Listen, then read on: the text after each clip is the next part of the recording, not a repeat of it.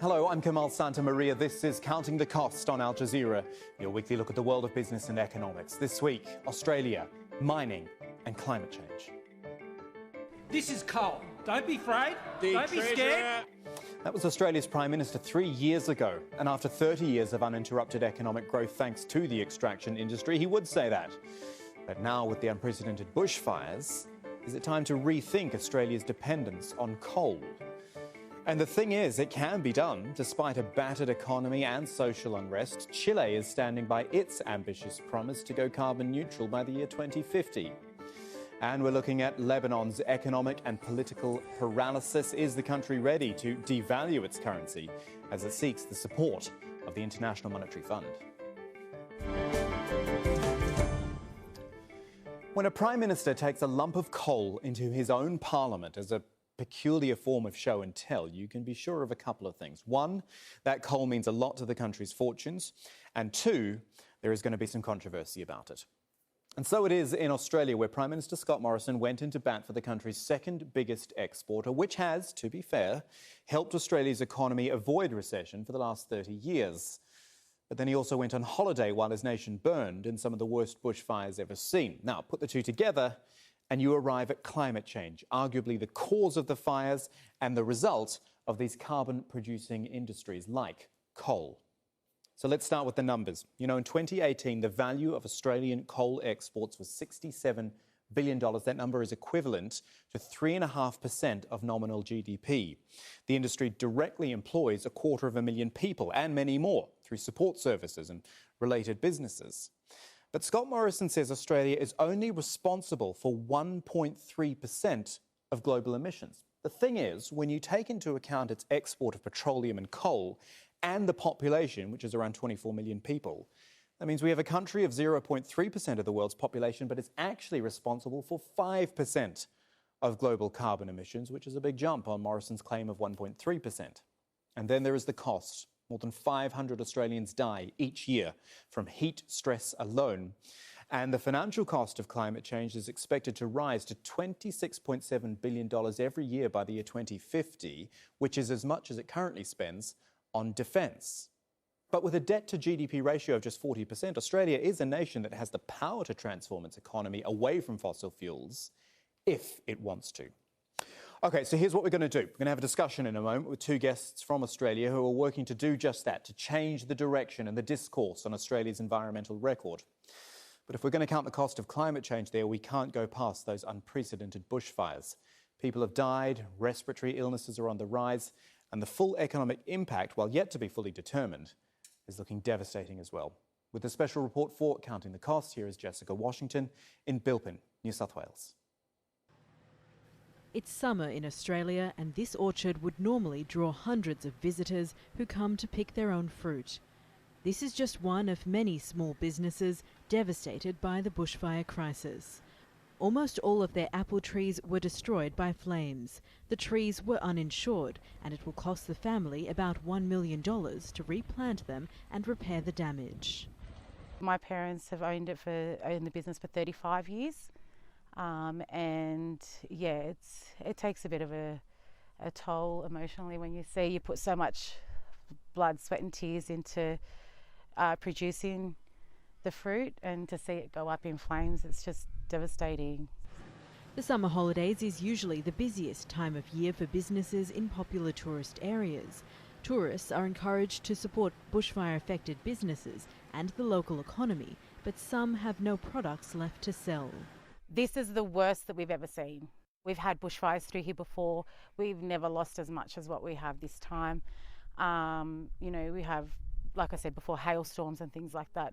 It's never been this bad. Many farms around Australia had already been suffering through the relentless drought, and this bushfire season has just made their situation so much worse. But the financial impact of this natural disaster won't just be felt on farms, it will be felt around the country. This is Australia's longest bushfire emergency. The fires began months earlier than normal and are still burning. The most severely affected areas only account for about 1% of the Australian economy, but the economic impact of the bushfires extends well beyond those communities. Economists say the global media coverage of the disaster will damage the economy, and the smoke haze is a turn-off for tourists.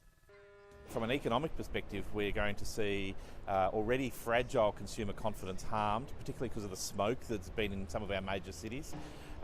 We will also see a loss of tourism coming into this country. People are already cancelling holidays. And whether there's a longer term cost associated with the image of Australia as a burning nation. Analysts have downgraded forecasts for economic growth. One of Australia's biggest banks, Westpac, estimates it could slash 0.5% from economic growth. Damage assessment teams are working to get an idea of the full picture, but millions of livestock perished in the flames and more than 2,000 houses were destroyed. Rebuilding them may boost some local businesses, but it also comes with challenges. The level of reconstruction activity is going to be so concentrated in those areas. There's a big push that local tradespeople will be given first opportunities, but what we've seen in natural disasters in Australia is rising costs as people want to rebuild quickly.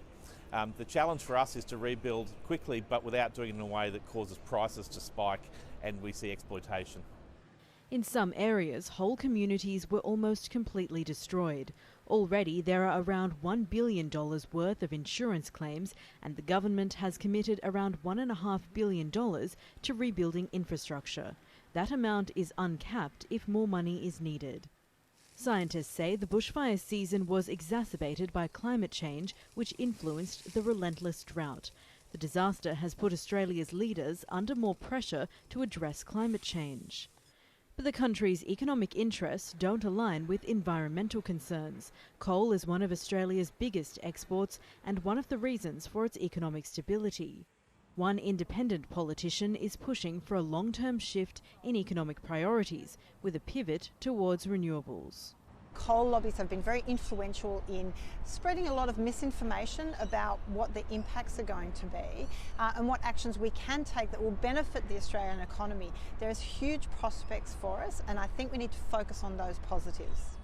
The government has indicated there may be a formal inquiry into the fires, including the role of climate change in sparking one of Australia's most expensive natural disasters ever. Jessica Washington for Counting the Cost. So, as promised, we've got our panel of experts from Australia to talk about this on Skype from Canberra. That is Tom Swann. He is a senior researcher at the Australia Institute. And from Melbourne, we've got Julian Vincent, who is the executive director of a group called Market Forces. Gentlemen, great to have both of you with us. Tom, I'll start with you. The climate change debate in Australia is clearly alive. I see that in the public. I see that in the protests that are happening and in the anger directed towards, in particular, Scott Morrison. Is Scott Morrison and his government catching up? Do you feel that it's starting to sink in? I know he did admit, oh, maybe I could have handled this differently, but is there any shift in policy? You're absolutely right that there's been a big shift in the rhetoric and in some of the political positions taken by the Commonwealth government over the last month. Just a few weeks ago, Scott Morrison was saying this is purely an issue for the state governments.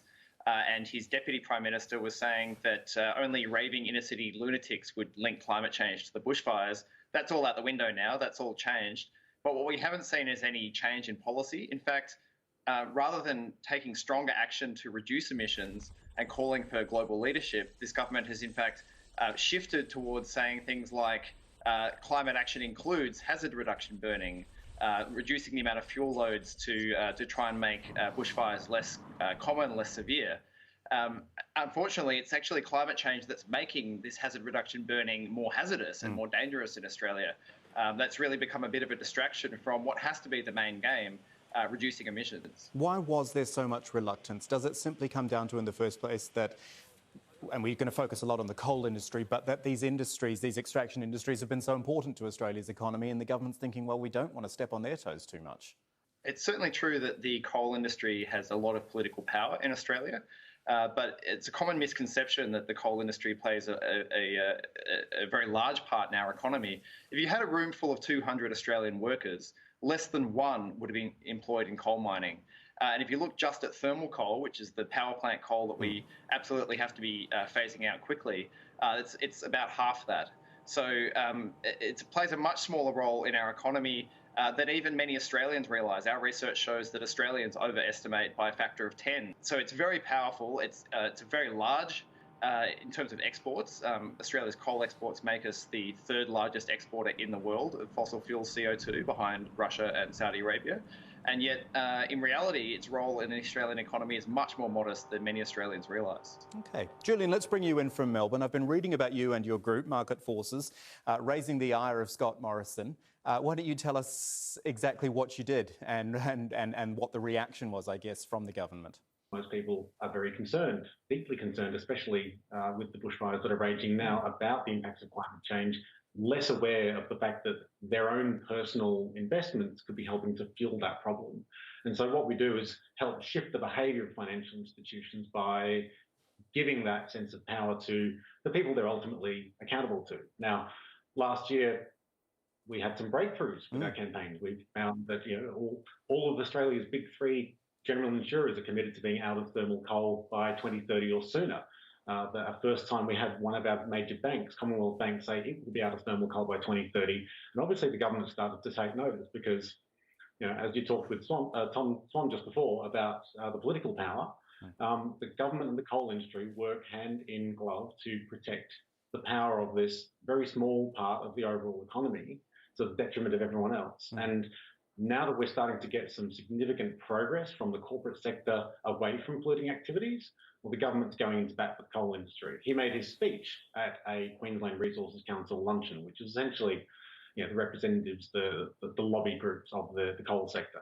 So he's going in there essentially into bat, into support the industries that are primarily responsible for driving the climate crisis. And it's no wonder that he gets the sorts of responses he does when he goes to try and visit town communities. You mentioned you mentioned Queensland there. That is a part of the country where there are still coal mining efforts going on. Clearly, it's part of the economy there. There's the Indian group, Adani, I believe it's called, with a $1.4 billion deal to mine there. Is that just business which is going to carry on regardless?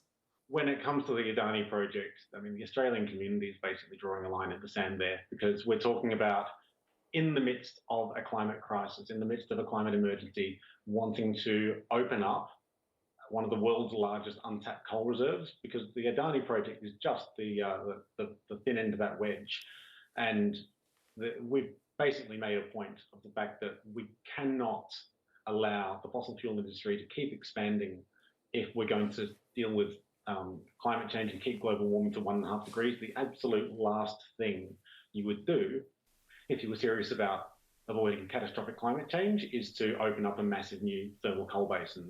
That's exactly what Adani will be doing with its Carmichael mine. And so you have seen dozens of banks, insurers, contractors, other services companies all say they're not going to work on this project. And the community is going to continue to work on that campaign until this project is nothing more than the bad idea that it is. Tom, you raised the argument earlier about jobs and in fact that maybe the jobs have been overstated, the number of jobs that are in the coal mining industry. Even so, let's say that those jobs did disappear and that at least they were cut down. What are the alternatives out there? Because again, that's the political argument. Oh, we're employing Australians, we're keeping work here. What about power alternatives and therefore job alternatives? The Australia Institute has been proposing and has done a lot of research around the proposal for a moratorium on new coal mines. The idea is that we would allow existing mines to run to the end of their lives, providing certainty for communities and for governments to enable them to plan for the end of, over many decades, the end of the coal mining industry. In terms of alternatives, there are many alternatives in regional Australia. I'm not proposing that it's necessarily easy to do regional planning and industry planning. It's something that Australia generally has a checkered history in, but it is absolutely something that we should be doing, not just for coal mining regions, but for all regional parts of Australia, many of which are doing it very tough, including right now with so many disasters hitting us. Let me give you, and I'll put this to both of you and get a separate responses, but let me put, while we're talking alternatives, here's an example. In Germany, Angela Merkel struck a deal with the coal industry and said, it's going to cost 44 billion euros, yes, but we are going to make a commitment to move away and move to alternatives. Australia, financially, should be in a position to do something similar, should it not? Julian, let me come to you first of all. And And is there the political will to make that sort of thing happen? Alternatives, sunshine, there's lots of it in Australia. We have every opportunity that remains, and we're shooting ourselves in the foot economically by not being part of the renewable energy revolution that's taking place around the world. So we have an abundance of options. No, the political will is absolutely not there.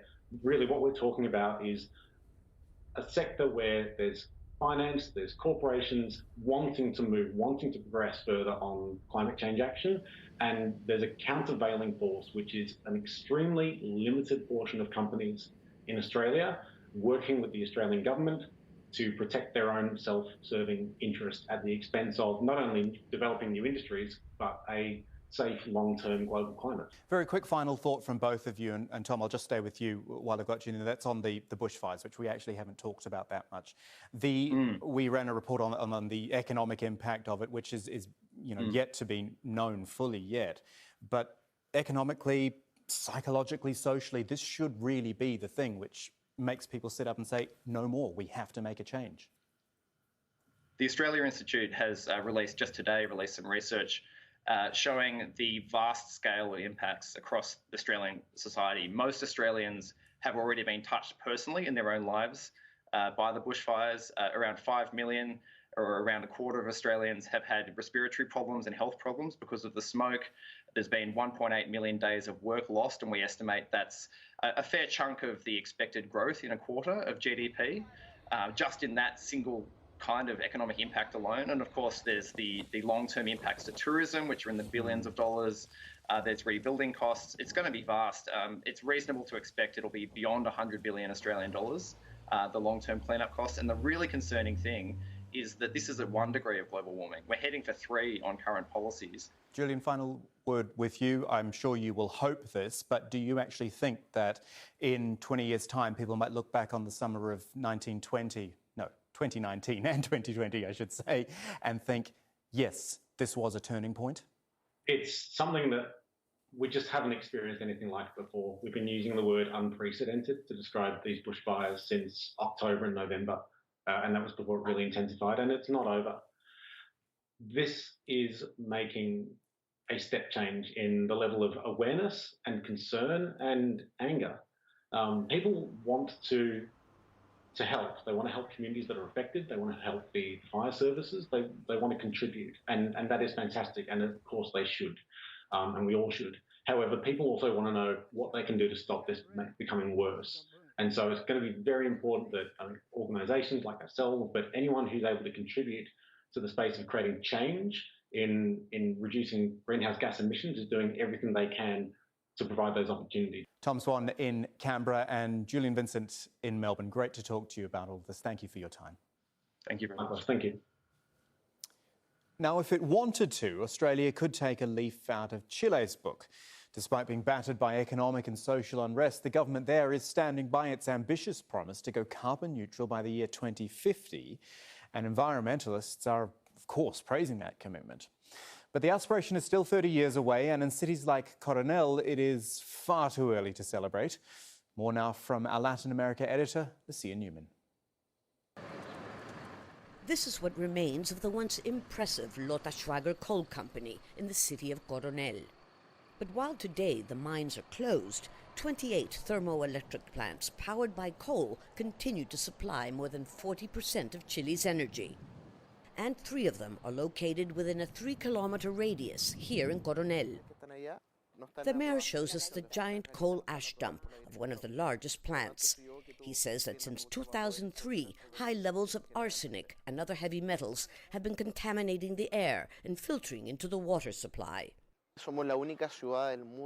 Coronel is the only city in the world that has a coal ash dump inside a residential area, 100 meters from a school, 150 from a nursery school, 30 from homes. The ash is a health hazard. And that's why Coronel is known as a sacrifice zone. More than 70 residents, especially children, have tested positive for heavy metals, including Juana Hernandez, who has dangerously high levels in her bloodstream. She and her 2 children suffer from headaches, exhaustion, muscle and body pains, lack of concentration, and other symptoms. No one has taken responsibility. They haven't said what will be the long-term consequences, what will happen to our children. We've been totally abandoned by the state. What will happen to my children if I die? The good news is that Chile's government has vowed to close down all coal plants by 2040 and replace them with clean energy sources like solar and wind. These measures aim to confront climate change and contribute to reducing greenhouse gases. But they also are intended to create a positive impact in those cities where there is contamination from coal plants. Chile's pledge to reach carbon neutrality by 2050 will require one of the fastest coal shutdowns yet for a coal-dependent economy. But the government's plan to begin by shutting down 8 of Chile's oldest thermoelectric plants is regarded as unambitious by environmentalists and much of the communities that live next to them. Coronel's plants are unlikely to be shut down for another decade. The government argues transitioning to alternative energy takes time and technology. Unfortunately for residents like Juana Hernandez, the dream of no longer living with her children in a so-called sacrifice zone will have to wait. We're on to other economic news now, and you will have seen on Al Jazeera the ongoing protests in Lebanon. They've gone on for months. They've been violent at times. And they all stem from a failing economy and real disdain for the government. Now Lebanon may be forced to seek help, though, from the International Monetary Fund as the political and economic crisis escalates. It may also need to reconsider its 23-year-old currency pegged to the dollar as its debt becomes unmanageable. How unmanageable? Well, Lebanon's debt-to-GDP ratio is 150%, or, more worryingly, the third highest in the world. And there's $1.2 billion in debts due to be repaid in March. There was a plan to delay those, but it's been pulled after the credit ratings agencies said Lebanon would be in selective default. In total, it needs to repay or issue more debt to cover a $2.5 billion Eurobond this year. Let's talk more about this now. In Beirut is Jad Chaban. He is an associate professor of economics at the American University of Beirut, and it's great to have you with us. Lebanon now does finally have a government after months of paralysis. What have you made of the promises made by the new Prime Minister with regards to fixing the root of all the problems, the economy? Yes, hello. The promises are still very general, in my opinion, and we don't really think that this government can really deliver on any concrete promise because it has lost the support of even some of the main political parties in power. And also from the continued protests on the street, there seems to be a general discontent with the way this government was formed, with the way the ministers were selected and their background, or at least several of the ministers. And until now, we haven't seen anything concrete. There are just words, empty words that are yet to be materialized in a concrete plan. OK, so in the absence of anything concrete, let's talk about what could be done. What is it that is needed, in your opinion, to start turning this economy around? It is a big task when any economy is in distress, to start creating jobs, to start increasing growth. Where should that start in Lebanon? First, we have a depression. We have a recession coupled with very high prices and with a devaluation of our local currency, which has drove prices extremely high in the last period. So the first job of any government, either this one or anyone, and even before that one, is to create jobs through more investments in infrastructure, through more investments in the economy, in the service sectors, by easing the pressure on public finances, by also tackling corruption that is eating out most of the public revenues, and enacting reforms that the Lebanese are waiting for now, decades. Well, in the short term, there's always the option of, and many countries have done this, going to the International Monetary Fund for some sort of loan or bailout. That's fraught as well, isn't it? Because obviously you have to pay that loan back at some point, and we don't know when or if Lebanon would be in a position to do that. I mean, it is very difficult for us to enter into any international loan and international bailout because of the very harsh conditions that are usually imposed on such loans, such as raising indirect taxes, cutting pensions, and laying off people from the public sector. This, unfortunately, cannot be done now, even though there are many reforms that are needed. But the Lebanese population cannot bear any increase in the prices and the taxes. People are on the brink of massive poverty, so we cannot come now and cut their pensions and apply austerity measures that are usually dictated by such programs. I'm just interested, just finally, as you've been explaining and describing to us the depression situation that people are in, what is everyday life like in Beirut now for people going shopping, for people, obviously there's unemployment, so there's not as much money around. Do you see it out on the streets there? Yes, sure. We have been in a major economic crisis since at least 2011, and it has been accelerated since the start of the protest because of mainly the bank's decision to cut out financing from the economy and to protect their funds. So when the banks cut out all financing, loans were not available anymore, interest rates were high, and then also the liquidity was in a very deep shortage, which pushed a lot of businesses into closing. So right now, you hear everyday stories of people going unemployed. The rate of new jobs, that were lost is about 100,000 or more for the last 3 months. At the same time, prices have gone up because the unofficial exchange rate shooted up to 2,500 Lebanese pound to the dollar, while it was 1,500 officially, and it's still kind of maintained this way. So a 60% unofficial devaluation meant that inflation follows through. Basic commodities are more expensive. Some commodities were even cut out from supermarkets and stores.